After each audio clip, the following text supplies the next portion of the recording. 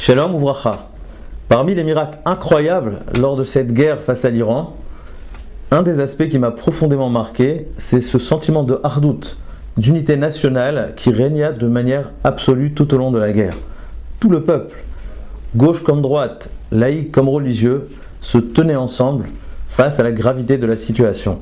Même les opposants les plus virulents à Netanyahou, ce qu'on appelle les anti-Bibi, cette fois-ci l'ont félicité pour la première fois. Un véritable consensus totalement absolu. Ce sentiment-là fait parfaitement écho à notre paracha, la paracha de Korach, mis à part la terre qui s'est ouverte au début de la semaine à Porto.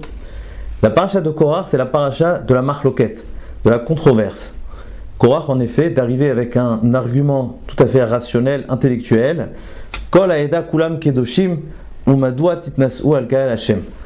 Toute l'assemblée est kadosh et sainte. Pourquoi vous vous élevez au-delà du peuple, au-dessus du peuple?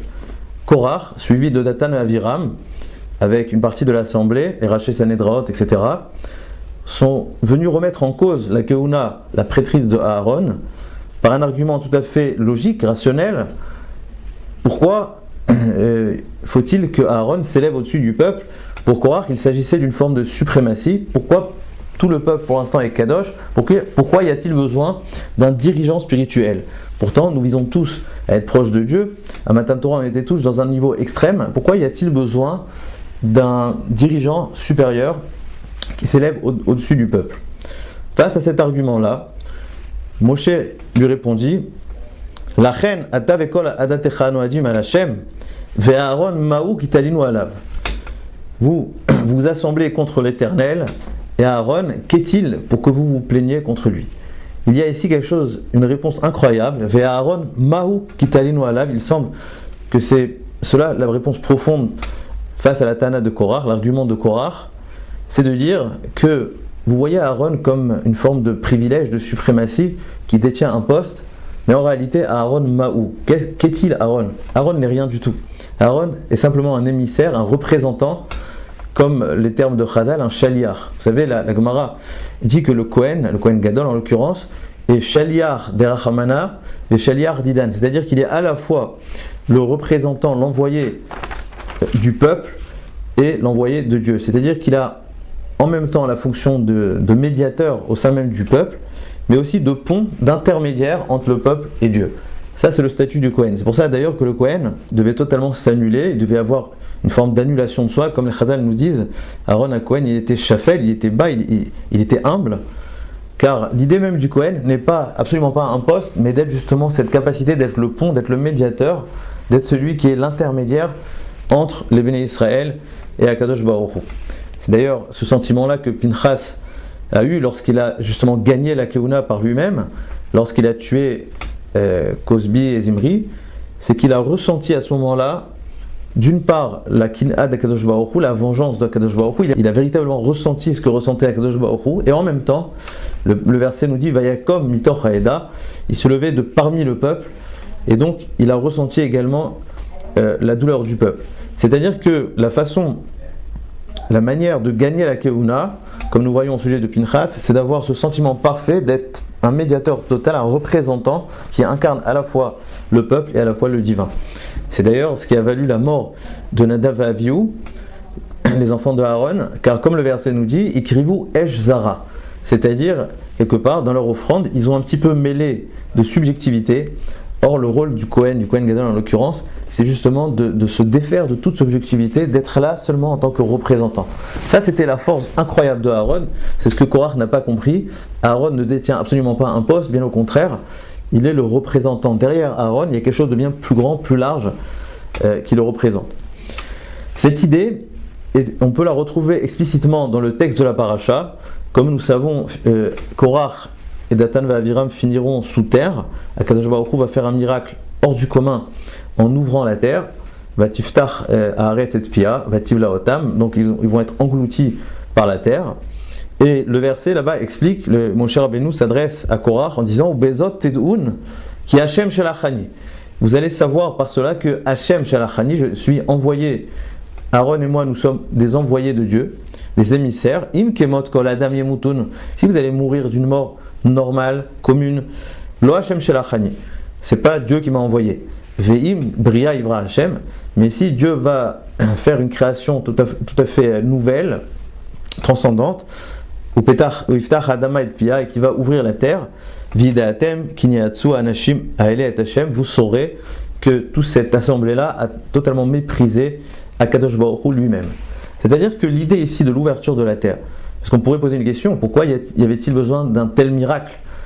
Nous connaissons les miracles de la sortie d'Égypte, de l'ouverture de la mer, mais pourquoi, du temps de Korach, où il s'agissait simplement d'une marloquette, d'un désaccord, pourquoi fallait-il un miracle tellement incroyable d'ouverture de la terre? Et Moshe explique justement dans ces propos que nous venons de citer, c'était bien pour exprimer que Moshe et Aaron sont des envoyés, sont des émissaires, c'est pas eux qui se sont nommés tout seuls, ils sont là pour une cause qui les dépasse, bien plus grande, bien plus large. Donc c'est ça l'idée ici de la paracha, c'est ça le désaccord, c'est ça le débat ici. Korach avait un argument logique, intellectuel, tout le monde pourrait être kadosh, tout le monde pourrait être proche de Dieu, mais Moshe lui expliqua qu'il y a quelque chose qui nous dépasse totalement. Aaron, il n'a pas un poste, mais il est simplement le représentant de Dieu. La Keuna, comme nous dit Rashi, c'est reconnaître qu'il y a un seul Dieu, que le Dieu est Echad, est unique, et de même, le Kohen est unique. Rashi nous dit une phrase très forte, il nous dit « Anu en lanu » et le Kohen Echad, et la Kel Echad, nous avons un seul Dieu, Aaron Echad, un seul Aaron, Mizbeach Echad, un seul autel, et Kohen Gadol Echad. C'est-à-dire que le Kohen Gadol était unique au même titre qu'il y avait un seul Aaron, un seul Mizbeach et un seul Dieu. Car pour faire incarner cette Kedusha dans le peuple, il fallait justement un représentant du divin, et ce représentant ne pouvait être que des personnes comme Moshe et Aaron, qui étaient des vecteurs de la divinité, sans mêler aucune trace d'ego et de subjectivité. À partir de cela, on peut comprendre quel est le sens de ce Onesh d'être englouti sous terre. Pourquoi Korach, Datan et Aviram vont finir sous terre? Eh bien, on pourrait expliquer justement car ils vivaient beaucoup trop terre à terre. Ils n'avaient pas cette vision justement d'être capables de voir en Moshe et Aaron quelque chose qui les dépasse. Ils étaient certes intelligents, ils avaient un raisonnement tout à fait logique, mais ils avaient une vision un petit peu plate, sans profondeur, assez étriquée, où ils n'étaient pas capables de voir plus loin que leur regard superficiel. C'est pour cette raison-là donc qu'ils vont finir sous terre, car ils n'étaient pas capables d'élever leur regard. C'est un peu ce qu'on voit à travers l'histoire d'ailleurs de Datan et Aviram. Datan et Aviram qui étaient par excellence ceux qui se sont opposés tout au long de l'histoire à Moshe Rabbeinu. Dès le départ, déjà lors de la querelle en Égypte, où Moshe est venu les réprimander en disant « Racha alama takerecha », eh bien, Datan et Aviram lui ont dit « Mis samcha leish sar veshofet alenu » qu'il t'a nommé comme juge au-dessus de nous. Et on voit ici justement qu'ils n'ont pas cette capacité de penser qu'ils a peut-être oui été nommés, peut-être ils sortaient du palais de Paro, Paro l'avait nommé comme dit le Midrash. Eux ils voient un homme, ils ne sont pas capables de voir plus loin que ce qu'ils voient. C'est ce qui va se passer après lorsque ils se sont plaints qu'à cause de Moshe le shiboud a été aggravé, comme nous savons en fin de Parashat Shemot. Ensuite également ils se sont plaints devant la mer en disant nous voulons retourner en Égypte. Ils ont passé leur temps à dire qu'ils voudraient rentrer en Égypte devant la mer lors des Meraglim avant d'entrer en Eretz Israël, parce que ils avaient une angoisse, ils avaient un raisonnement logique encore une fois. Ils avaient un regard juste. Le seul problème, c'est qu'ils n'arrivaient pas à voir au-delà. Ils n'arrivaient pas à voir qu'on est dans un processus. Si le shiboud est aggravé, c'est peut-être que c'est le début d'un processus de Géoula, etc. Donc c'est-à-dire que Datan, Aviram, comme Korach, étaient très intelligents, mais ils avaient un regard beaucoup trop terre à terre. Ils étaient enfermés dans cette conception, ils étaient enfermés dans les personnes, et ils n'arrivaient pas à se dire quelque chose qui dépasse, et quelque chose qui est bien plus large que la personne de Moshe et Aaron. Et c'est ça qui leur a valu justement d'arriver sous terre.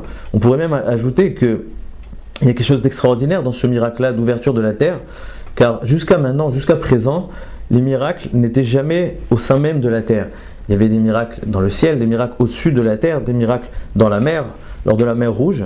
Et là, pour la première fois, Akadosh Baruch Hu a voulu justement leur montrer que vous qui pensez être extrêmement terre à terre, eh bien vous allez voir que je suis Cholette même dans la terre. Et donc il y a eu un miracle au sein même, la terre s'est ouverte et ils ont été engloutis à l'intérieur de la terre. Il ressort une idée extraordinaire, c'est que la seule façon d'accepter un dirigeant, c'est lorsque nous comprenons qu'il ne s'agit pas de la personne, mais nous sommes capables de le voir comme un envoyé, un chaliar, un émissaire d'une mission qui le dépasse totalement. Et cela nous ramène à la guerre d'aujourd'hui, où le peuple a très bien compris que Netanyahou n'est pas le sujet. On a bien compris que Netanyahou était un représentant, un shaliach d'une mission bien plus grande, bien plus large, une mission historique. Et il semble d'ailleurs que Netanyahou lui-même s'est complètement surpassé lors de cette guerre. C'était d'ailleurs extraordinaire de le voir au Kotel avant et après l'opération, de l'écouter parler de Siyata d'Ishmaïa, d'aide divine. Et cela fait donc un énorme Kiddush Hashem, et le peuple, tout le peuple entier a bien compris qu'il s'agit ici de se remettre complètement entre les mains de Dieu. C'est Akadosh Baruch Hu lui-même qui a géré cette guerre, et on a vu donc la force, la otzma, la puissance de ce peuple juif tellement incroyable. D'ailleurs, le nom qui a été donné à cette guerre, Am Kelavi, comme un lion, est tellement adapté. La suite du verset est Kelavi Yakum Karit Nasa, comme un lion qui se lève, qui s'élève. Car vous savez, comme le lion qui ne s'impose pas par sa force physique, mais par une force intérieure qu'il n'utilise seulement pour une cause qui le dépasse, pour protéger son territoire, pour protéger ses petits, eh bien ainsi le peuple juif s'est totalement surpassé, a été au-delà de la réalité, s'est complètement remis entre les mains d'Akadosh Baruch Hu. Et c'est ça, la vraie force de notre peuple, c'est d'être capable de se dépasser. Pendant ces 12 jours, nous avons vécu pleinement les propos de la Haggadah, Bechol dor vador, Omdim alenu lechalotenu, va'akadosh Baruch Hu matzilenu miyadam. Toutes les générations ont voulu nous exterminer, et c'est Akadosh Baruch Hu uniquement qui nous a sauvés. Et nous croyons très fort que de la même façon que nos ennemis veulent nous exterminer sans aucune explication, bien pareil, le peuple juif perdurera sans aucune explication, car il n'y a pas d'explication rationnelle, c'est tout simplement la main d'Akadosh Baruch Hu, la main de Dieu, et c'est ce que nous avons vécu très intensément durant cette guerre-là. Nous avons compris la valeur profonde et suprême du peuple juif, et Bezrat Hashem, viendra le jour où toutes les nations, tous les peuples comprendront que ce petit peuple du peuple juif n'est pas celui qui subit l'histoire, mais bien au contraire, c'est celui qui l'a créé. Shabbat Shalom Uvorach.